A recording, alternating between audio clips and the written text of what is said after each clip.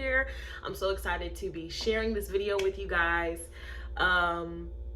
I'm super excited right now, and I will reveal to you why. I have a testimony to share. So I've been going through some things for the last couple of months that I have not shared with you guys, simply because the Lord has really just been keeping me in a place of privacy for a while. There's some things that he wanted to work out and he didn't want me to speak about until they were worked out. And so now we can talk about it. Okay, so when I moved to Houston, the apartment that I accepted, it was not really up to par. Okay, this apartment here, it was not necessarily up to par, but it was where I was. It was where God had brought me, and I had to be grateful for it. And so originally, just when I say not up to par, I mean not in the best area, not necessarily I'll explain everything that has gone on, but just know this was not the best place that I could have been living, right? Especially as a single woman, a woman who lives here alone, like a new city, like I didn't feel necessarily safe either. And so for a long time, I did not decorate this apartment. I decided that I was not going to even make it my home. And I told the Lord that, like, until I get out of here, I'm not making this my home. Like, I don't feel like it's my home. I don't feel safe here. I don't feel like it's really my place. Like, I don't feel I don't feel that this is where I'm supposed to be. And so the Lord said, make it your home. Make it your home. Decorate it. Invite me into the space. Allow me to live here, and it'll feel like your home. And so I did. I began to purchase my couch. I got my decor up. I started really taking care of the space and really making it feel like my home.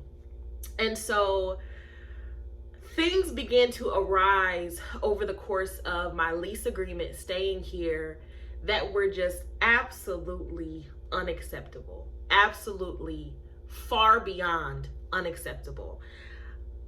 Okay, I'm gonna just share. I have experienced gunshots right outside of my door, literally right outside of my door. I have fallen to the ground, cried, screamed, just because of the fear of gunshots. I've heard them several times. What else? That I have had neighbors that have beat each other up, thrown each other across walls. I hear that all the time. They beat their dogs, they beat their pets. I've heard their pets screaming like children. What else? Just recently, my electricity was off for 5 days total. My apartment's just had a blackout, I guess. My building, not the entire complex, but my building and a couple other buildings were out of electricity, and all they could say was, I mean, we can offer you $100 if you're able to get a hotel. Thank God I have family that was able to help me, because who has money just to be getting a hotel, and I'm paying y'all rent to stay in my apartment? So when your electricity goes out, your refrigerator is not running. So all of my food was done for. When I came back into my apartment after being gone for those 5 days, the smell, I had made cabbage soup, y'all.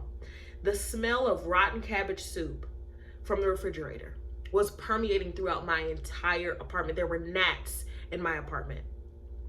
I cried. There's so many things that have happened here that have just made me weep. Like, Lord, for real? Water has been shut off multiple times just because they'll send us an email. Hey, we're working on the water. It may be shut off today. I have to go to work. I have to get dressed. I have to brush my teeth. I have to get in the shower. So it's been plenty of times where I've had to go to a friend's house. I've had to make different accommodations, and it's just been what it's been. Mold. That is the biggest thing. That is the biggest thing. I have mold in my air vents. And I'm not talking about like a little couple of black spots. I'm not talking about like a couple of black spots in my vents. I'm talking about caked green black mold that has been there for years.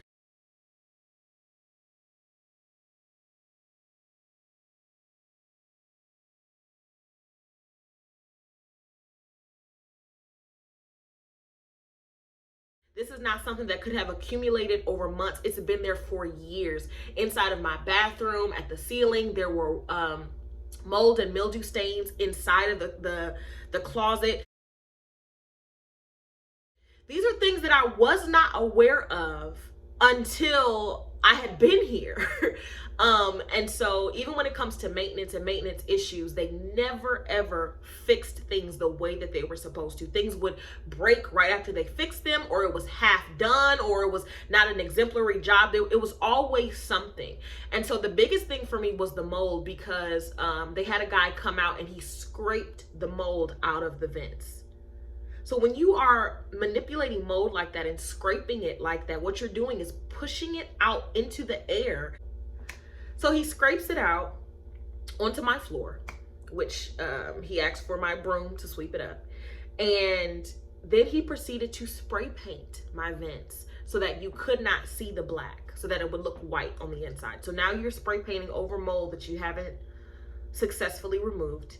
And now I am breathing in the fumes of both the mold and the spray paint.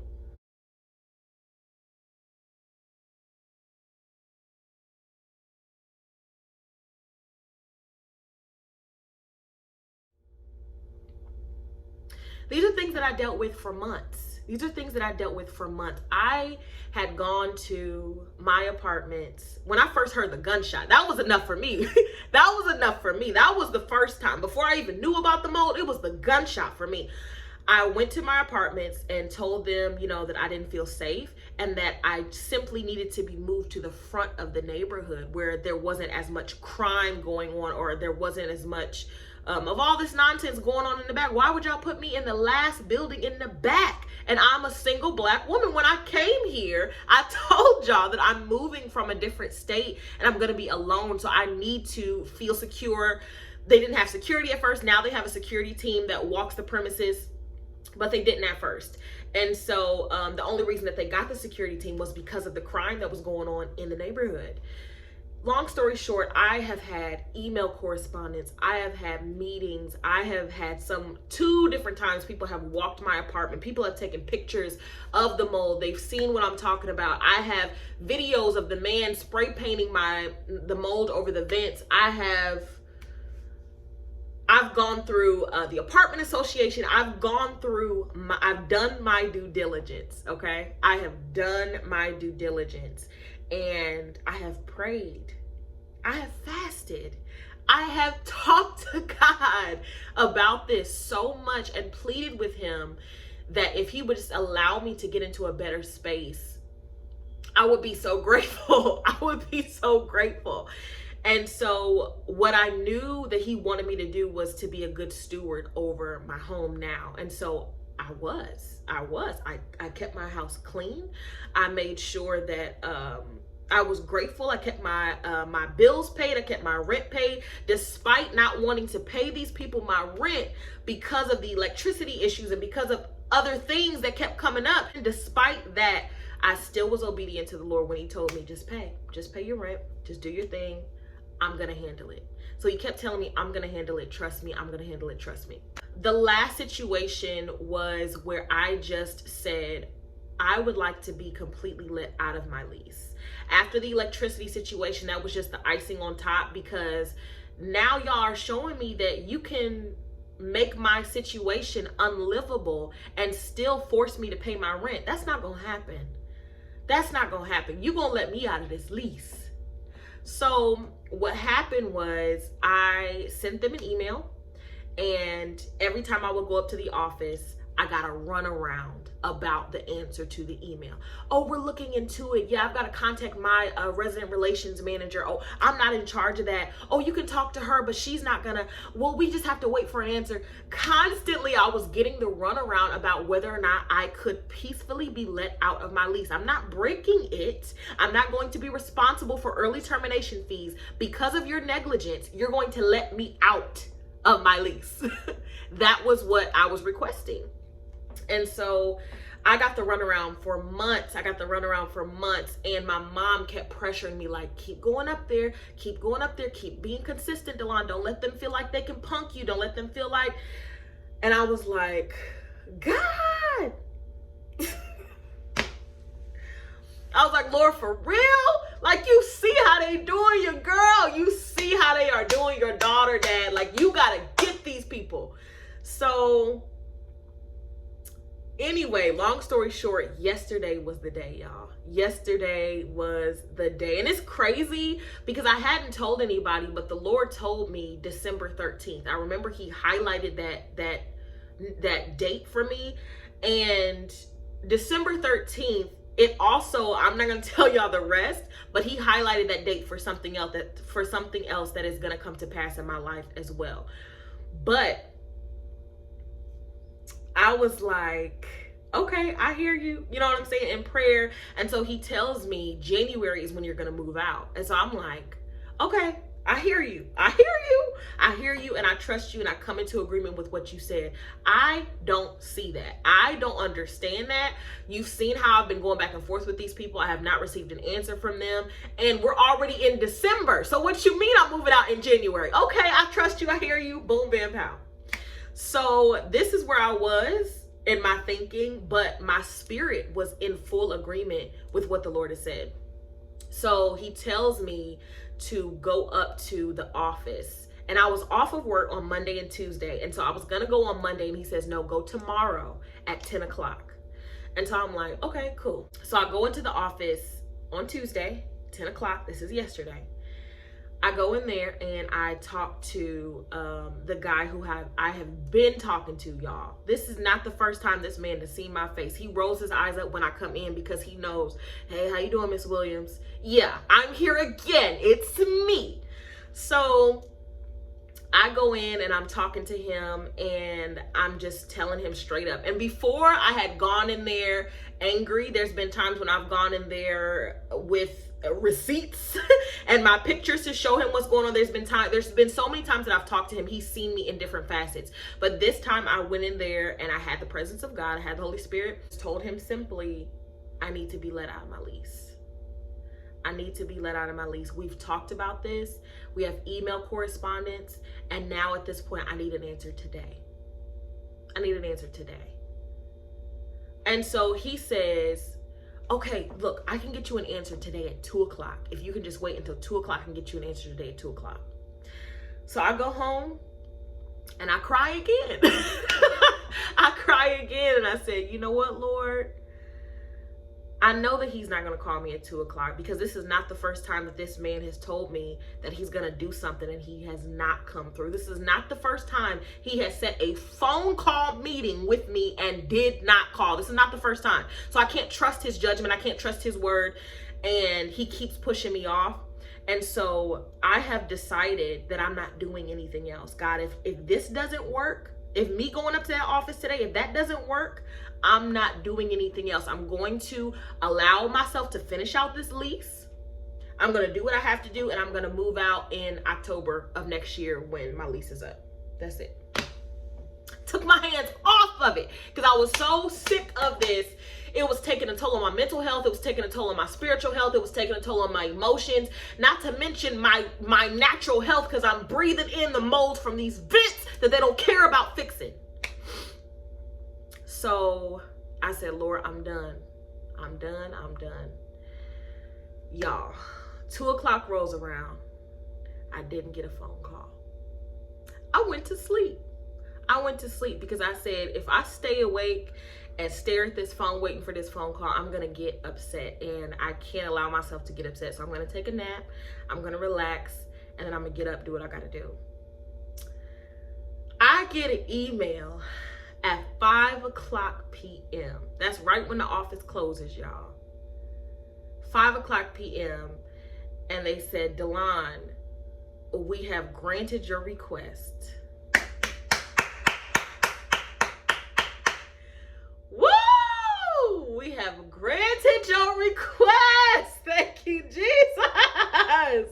We have granted your request to terminate your lease early without any penalty fees, without having to pay any early termination fees or any related fees. Boom, bam, pow. They said as long as you are out by December 13th. Now remember, the Lord had highlighted that date to me already. Now, that's a week that they gave me. They gave me 1 week. They gave me 7 days to get on out. To most people, you would panic. To most people that didn't have a plan, you would be like, oh, shoot, what am I going to do? I got to ask them for 30 days or whatever. And lo and behold, y'all, my friend, and she stays in Katy, which is probably like 25 minutes from me. This is my good friend. Her and her husband, her family, I know them. They're good people. Good. That's my good Christian sister. They are going out of town for 3 weeks. And so the way that the dates lined up, I called her and she said, I already know what you're going to say. Yeah, you can stay here. We're going to be gone. So not only am I out on my lease with no penalty fees, thank you, Jesus, but I'm now able to have a place to stay and not be at an inconvenience. Because it's more of an inconvenience to stay with an entire family. They got 2 babies. She's pregnant. It's more of an inconvenience to be there. Even though they have a 2-bedroom and I can stay there, all that would have been more of an inconvenience to stay there with people for 3 weeks versus being able to stay there alone. Huh? And then the Lord says that I'm going to move into my next apartment in January. They come back on January 1st. So who's to say that I don't move into my place January 1st or January 2nd, January 3rd? Who's to say that the way that things align is not in the perfect time and the perfect plan of God? That's what he's trying to say. That's what he's trying to say, okay? He had me write down, I want to say it's Isaiah 60:22. If that's not correct, forgive me. But it should be Isaiah 60:22. And it says, when the time is right, I, the Lord, will make it happen. When the time is right, I, the Lord, will make it happen. And that's what he's saying to y'all. Huh? That is what he's saying to y'all right now. When the time is right, I, the Lord, will make it happen. This couldn't happen months ago because the way that it was aligned, the way that it was set up, it wouldn't have worked then. And so in our trusting, in our obedience, in our faith, in our release, in our surrender to him, he will make things happen in the right timing. Trust him, depend on him, and let it go. The promises that he has promised you, the things that he has been preparing you for, the things that he has told you are going to come to pass, they are, and they are coming sooner than you think. They are coming suddenly. They are coming in a way that you did not presume. They are already lined out for you. He's already aligned every plan. Y'all, if this had happened but in a month prior and they gave me a week to get out, where would I have gone? What would I have done? How I would have already paid my rent, so I wouldn't have had the extra income to be able to do what I'm about to do now. You see what I'm saying? Like, the way that he is working is spectacular. There's another testimony that's about to come up in a couple of weeks. Mark my words, there's another testimony that is coming up in a couple of weeks because he's already I feel it. I feel it. I feel it. I feel it. And so I love y'all. I hope that this encourages y'all. I hope that you are blessed by this, because this is harvest season. You hear me? This is recompense season. This is getting it all back. You hear me? That's what season we're in. We're in getting it all back. Everything that you deserve is coming to you. So, love y'all. Talk to y'all soon.